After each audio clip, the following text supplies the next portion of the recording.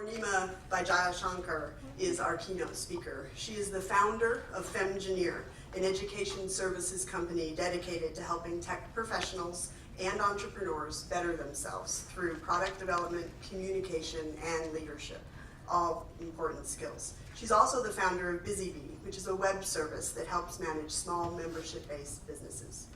Growing up in a household where electronics were taken apart for fun, she started coding towards the end of high school, and she majored in computer science at the undergraduate level. After a brief stint working in as a research and development engineer at Synopsys, she enrolled in a computer science master's degree program at Stanford. Poornima left Stanford to help found Mint.com, a budget managing website that provides personal financial tools and calculators. And next, she worked at Intuit before founding BusyBee. Poornima lectures as an adjunct instructor at Duke University's Pratt School of Engineering. She frequently lectures at college campuses around the country, sharing her story and her passion for careers in technology. I am very excited to welcome Poornima to the podium.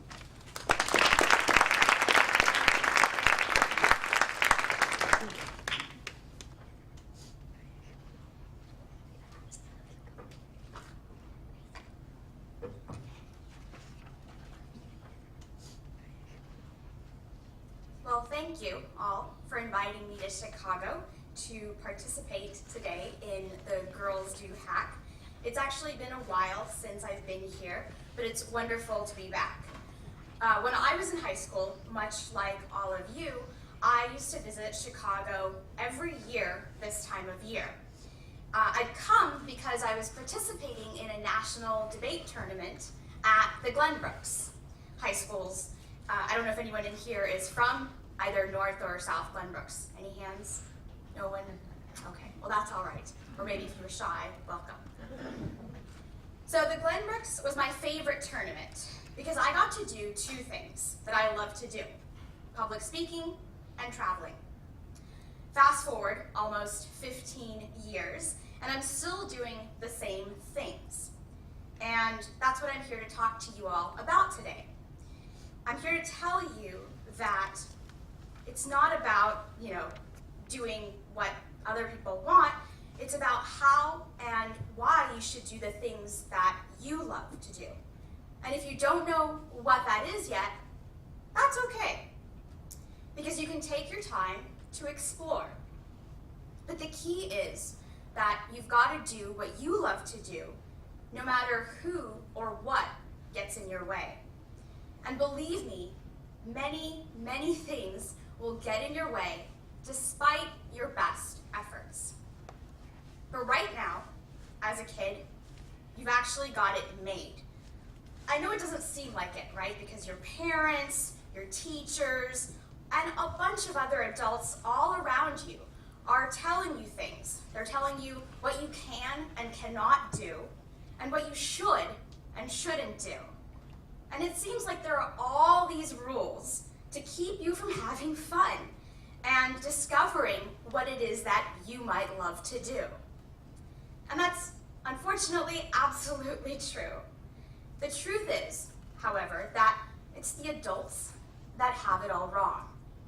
Well, not all the adults, just the ones who are trying to keep you trapped. Fortunately, I don't see any of those around here today. You might wonder why. Why are they doing this? Why are they leading you into a trap? Well, some do it out of ignorance. Others do it out of fear, but most out of love. They want you to be happy, safe, secure, fit in. And worst of all, some of them have certain expectations for how your life will turn out. And those expectations may be very, very different from the dreams that you have for yourself. But the truth is that doing what you love, or being on a path to discover what you love, is tough and filled with some unknowns.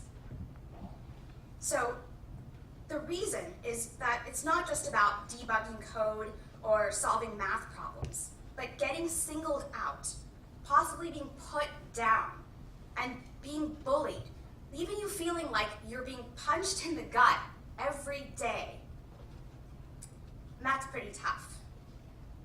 Many adults know this because they've been through it themselves or have witnessed others go through it, all these setbacks. And this is why they do their best to protect you. So what do? How do you discover what you love to do and pursue it and get everyone to understand? Well, I'm going to share my story, and hopefully it would shed some light to all of you. And keep in mind, this was my path, and yours is going to be very, very different, and that's okay. So I was introduced to tech at the age of 4 when I followed my dad to grad school almost every day.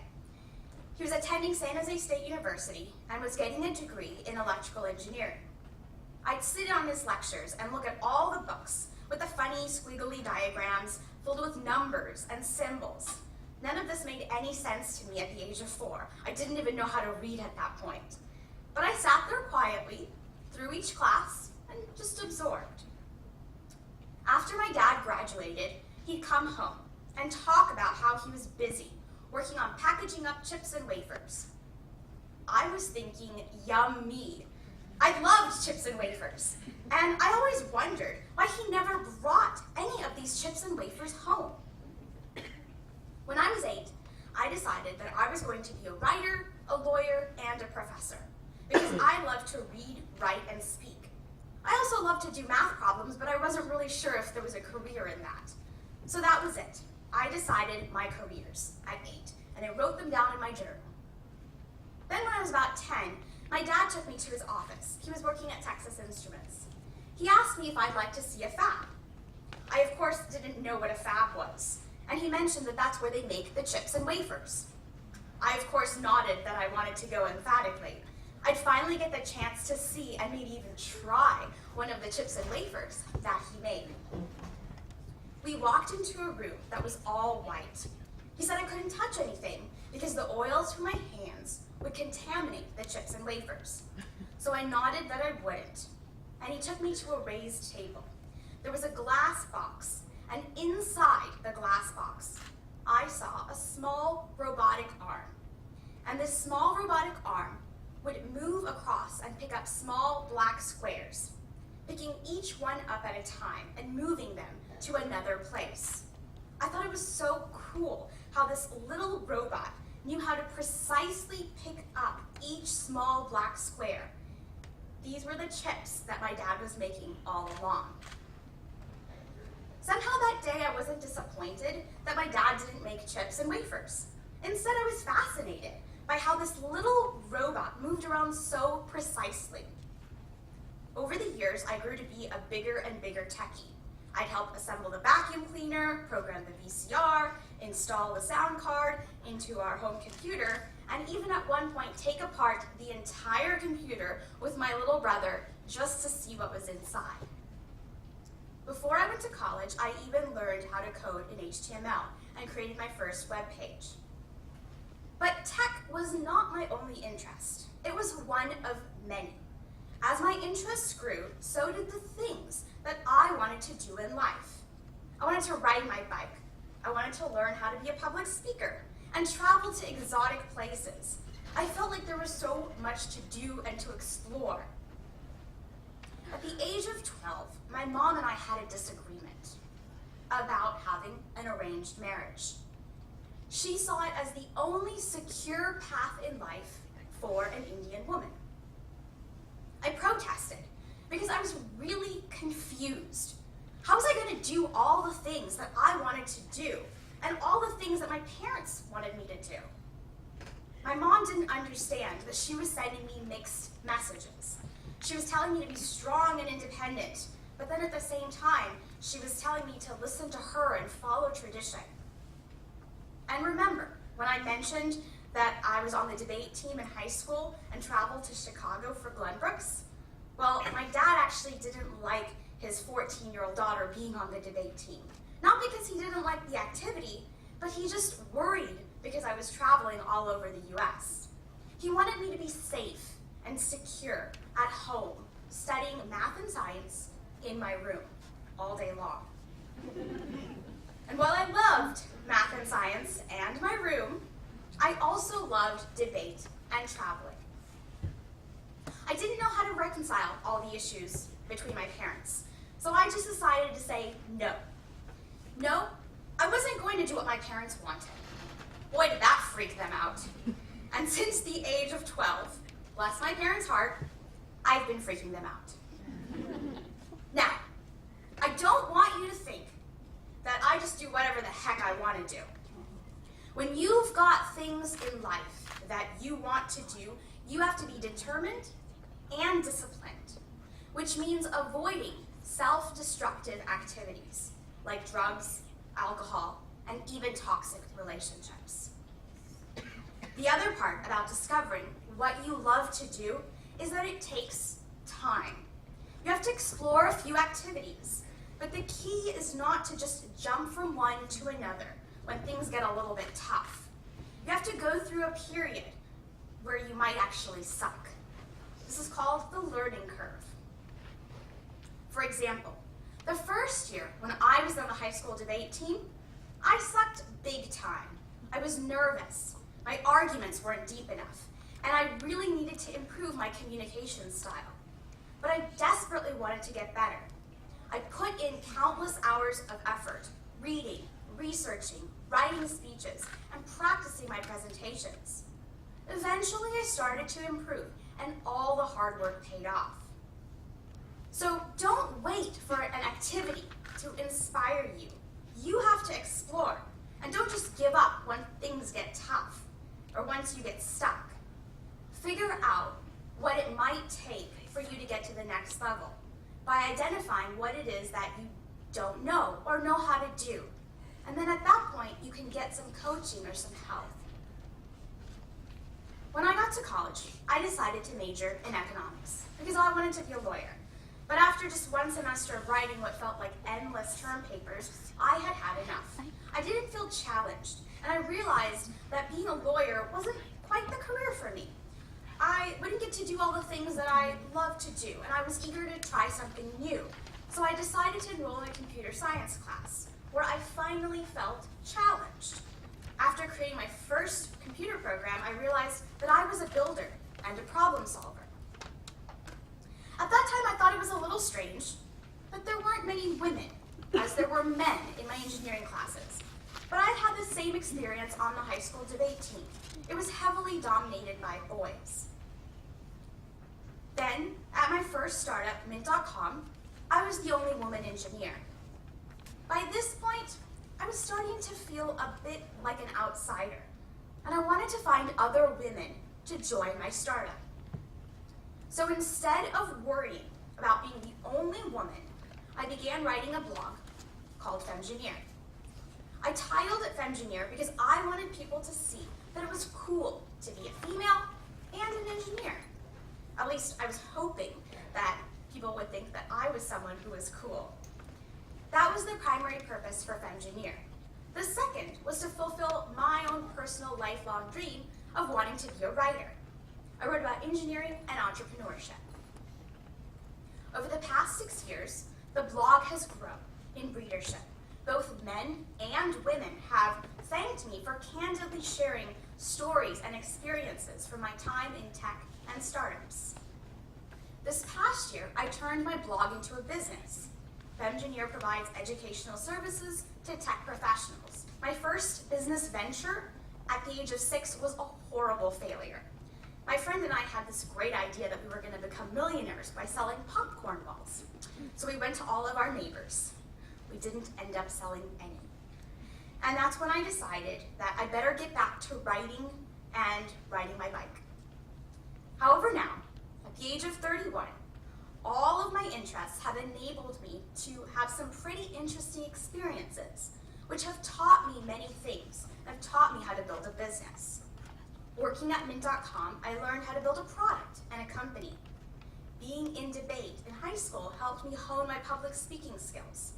And being a woman in engineering made me realize that there weren't a lot of other women in engineering, and that seemed like a problem worth solving.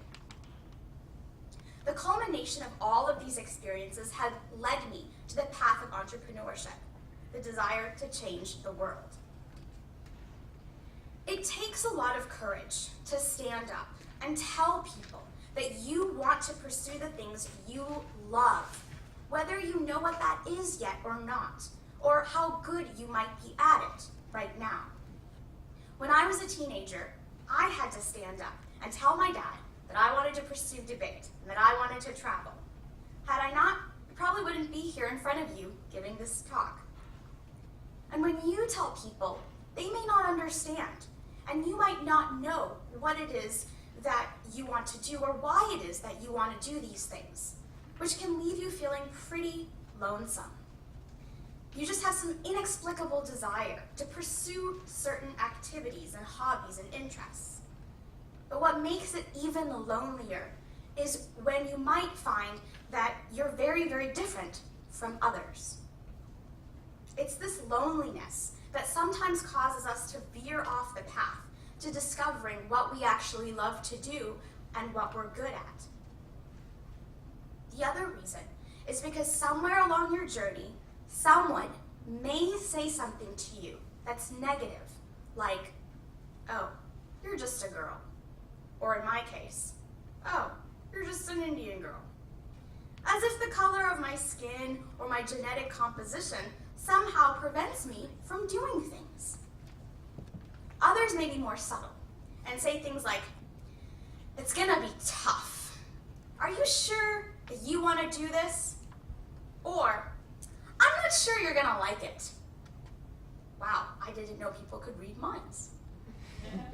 The worst part is when you experience a setback and all those comments make you question yourself and your abilities. But know this, everyone, even the most talented people that you see today, have experienced setbacks because no one is perfect. We're not going to get everything right the first time, and we're certainly not going to know everything when we get started. Heck, even computers have imperfections. They're called bugs, but we still use them, right? When you experience these moments, I have one trick for you. You know how you've mastered the art of tuning out your parents when they tell you things like, clean your room, wash the dishes, take out the trash, turn that music down, do your homework, don't spend so much time on the computer. And the list goes on and on. And what do? You pretend like you've heard them, and really you just completely disregard everything that they said and do what you want to do, right? I call this the teenage tune-out. And I want you to use the teenage tune-out when people tell you that you cannot do things for some silly reason, like you're a girl. Because the more you crank up the volume, the more you start to believe that there is something wrong with you. And the more you believe that, you end up doubting yourselves, your abilities, and your dreams.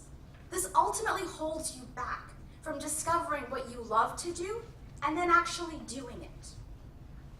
And when you experience these setbacks, like the steep learning curve, that's the time to practice the teenage tune-out on yourself. Now, the teenage tune-out is a secret power. It is to be used for good, not evil. So please, do not go home and tell your parents that it was okay for you to not do your chores.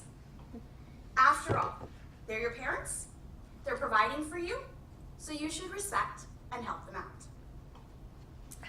I've done the teenage tune-out a number of times in life. When I chose to join the debate team, when I decided to join Mint.com, and now as I'm building Femgineer. The good news is, the more you tune out the noise, the more you tune in into focusing on what you love to do and discovering new things and figuring out what it is that you're good at. And the good news is that that's what's going to help you fulfill your dreams. So remember how I said I wanted to be a professor? Well, about a year ago, one of my college professors saw all my efforts at Femgineer and invited me to come and teach at my alma mater, Duke University. And now I've fulfilled my dream of being a professor too. So you're probably thinking, Thanks for the talk, Poornima. But I don't know if I can do this, all of this. I don't know if I can go on this path of figuring out what to do, tuning people out, and then actually being able to do it and fulfilling my dreams. Well, here's the good news. Today, you don't need to know how. You just need to do. Girls do hack. And I've got one little addition. Girls do hack despite setbacks. I'm looking forward to spending the day to seeing all of you hack. Thank you.